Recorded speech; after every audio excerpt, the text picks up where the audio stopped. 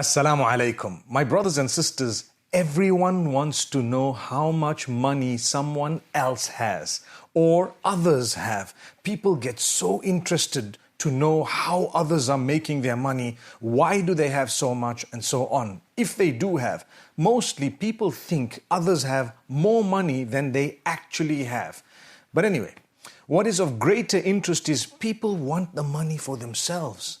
Now, what is all this about money? Allah Almighty says that certain things have been beautified for man as a test. So money is one of them, wealth, where no matter how much humankind has, humankind would always want to have more. But do you know what we're taught? There is no point in having wealth that comes without blessing. Wealth that is a punishment from the Almighty. There is no point of having so much when it comes with you having lost your connection with the Almighty, or no happiness, no contentment, no good health. We need enough so that we can survive, perhaps lead a relatively comfortable life, reach out to others using the same wealth, and at the same time, receive the blessings of the Almighty. We want goodness, happiness, contentment, whatever else, lovely families. We would like a beautiful, cozy home where as we think of going back home, already the heart is calmed. Not a home where you think about it and you don't even want to go anywhere near, or as soon as you get in, you're totally distressed. That's not a home. That is perhaps a punishment from Allah. Perhaps it is the snatching away of blessings, to say the least. We need to do something about it to earn the blessings. So how would we be able to earn wealth and sustenance and at the same time ensure that it's coming with the blessings of the Almighty? Well, here goes. Point number one, your 5 daily prayers. No matter what, if you have fulfilled those 5 daily prayers on a daily basis, rest assured the wealth you're going to get would be filled with blessings and goodness on condition that you've also taken care of a few other things. But that is one of the starting points. Without that, there is no chance you're going to be having blessings in your wealth. And in fact, Allah Almighty speaks about this beautiful, beautiful verse in Surah Taha, right at the end. Allah says, وَأْمُرْ أَهْلَكَ بِالصَّلَاةِ وَاسْطَبِرْ عَلَيْهَا. Instruct your family or your relatives, your family members, instruct your family members to fulfill and establish prayer and bear patience upon it. Upon what? Upon the fulfillment of the prayer and the continuous reminder to your family members in a beautiful way to pray. When your father, your mother, your brothers, your sisters, even your children were to remind you about prayer, don't feel upset. It's from Allah Almighty. They will tell you, please pray, or get up, it's time for Fajr, and so on. Come on, do your prayers, it is late, and so on. Those are the blessed words that were sent to your ears by Allah Almighty. They are registered by the angels, and your reaction will also be registered. Be careful. Let's try and react correctly. It's like when the caller calls to prayer. He says, Hayya ala salah, Hayya ala al-falah. Allah has instructed him through the blessed lips of Muhammad, peace be upon him, to call out to people to say, come to prayer, come to success. Those two come hand in hand. Come to prayer, come to success. It's repeated how many times a day? We have 5 prayers, right? For each prayer, it is repeated 4 times. So 4 times you hear, come to prayer, and 4 times you hear, come to success. Now, my brothers, my sisters, multiply that by 5. 20 times a day you're being told, come to prayer, come to success. You've heard it. If you've heard it, your reaction is also recorded. Subhanallah. Now, if you were to pray, look what Allah says, وَاسْطَبِرْ عَلَيْهَا. Be patient upon the prayer. Persevere, continue, make sure it's not easy to get up in the morning to make. There will come a time once you do it for a while that you're just awake at the time. You feel like praying. Go and cry to the Almighty. Wash yourself and fall prostrate for Allah Almighty. When you're reminded to pray, don't be lazy. Don't be upset, because that is true success. Here, Surah Taha, Allah Almighty says, لا نسألك رزقا. We are not asking you to sustain us or for sustenance. We're not asking you sustenance. نحن نرزقك. We will actually sustain you. We will provide for you. نَحْنُ نَرْزُقُكَ. We will give you sustenance. What do you want? You want wealth. You want so much more. You want your contentment, your happiness, whatever else. We will give it to you. As a result of what? As a result of you bearing patience upon prayer and instructing your family to pray.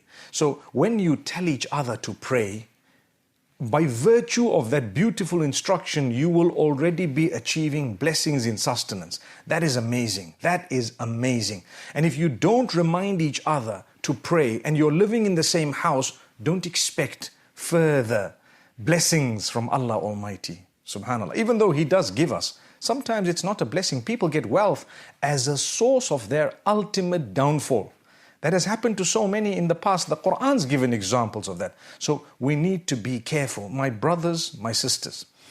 That is point number one, prayer, 5 times a day. The second thing you need if you would like to achieve lots in terms of sustenance and blessings and lots of contentment and goodness and happiness and even multiplication in wealth, you must ensure that you seek the forgiveness of Allah on a daily basis. In Surah Nuh, He tells his people, the Prophet Noah, may peace be upon him, "Istaghfiru rabbakum innahu kana ghaffara." Seek the forgiveness of your Lord. Indeed, He is most forgiving, oft forgiving. Yursilis samaa alaykum midrara. He will send beneficial rain from the heavens, meaning from the skies, upon you, beneficial rain. وَيُمْدِدْكُمْ بِأَمْوَالٍ وَبَنِينَ. He will grant you, subhanallah, lots of wealth as a result of what? Seeking forgiveness. Getting onto the same page as He who made you. So seeking forgiveness, He will grant you lots of wealth and lots of children, offspring, blessings. Blessings in your family, blessings in your wealth. By doing what? By seeking the forgiveness of the Almighty. So you have your prayer and you have the instruction of the prayer to one another.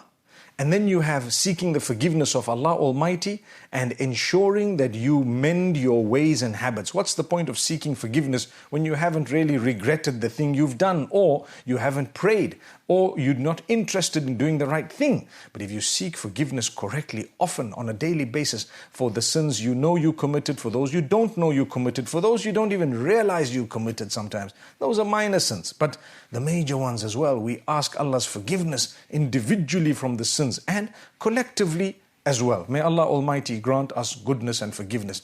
And the last point I want to make mention of, if you would like barakah and blessings, my brothers and sisters, ensure that your character and conduct is amazing. Don't hurt a soul. Do not slander someone. Do not accuse them. Do not abuse them. Do not backbite about them. Do not hurt them in a way that, subhanallah, it comes back to you with evil, because that's called huququl ibad, the rights of fellow humans. And Allah is very quick to retaliate against someone who has hurt people who are close to Him, subhanallah.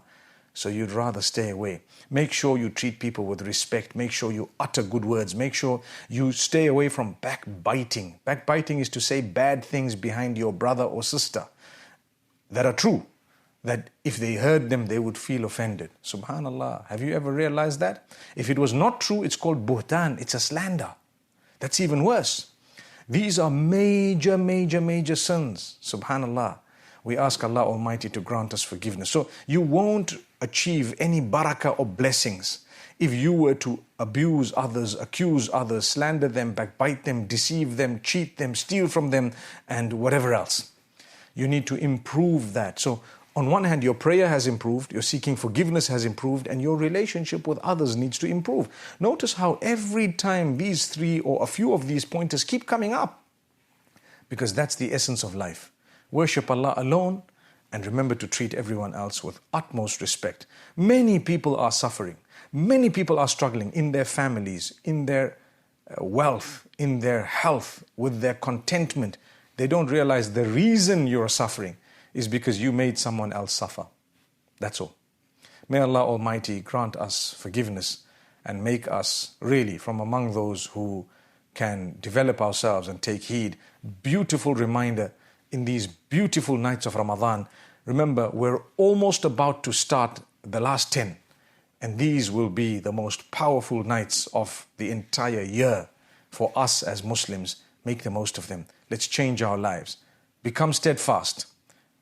Promise Allah that you're going to pray 5 times a day. See how in the future, as time passes, one by one, the doors of sustenance will keep opening for you no matter what. And rizq includes your spouse, your children, your family members. That's also part of rizq. It's part of sustenance. Not just your wealth and money. But wealth and money, don't worry about how much someone else has. Don't worry about where and how they earned. It's not going to change your life in any way. It's going to make your life more miserable maybe. Worry about what Allah has given you and why He has given that to you. If you are far from Allah, then you need to worry and be concerned about that distance. Perhaps it is causing whatever negativity you have in your lives. May Allah subhanahu wa ta'ala grant us closeness to Him. أقول قولي هذا وصلى الله وسلم وبارك على نبينا محمد.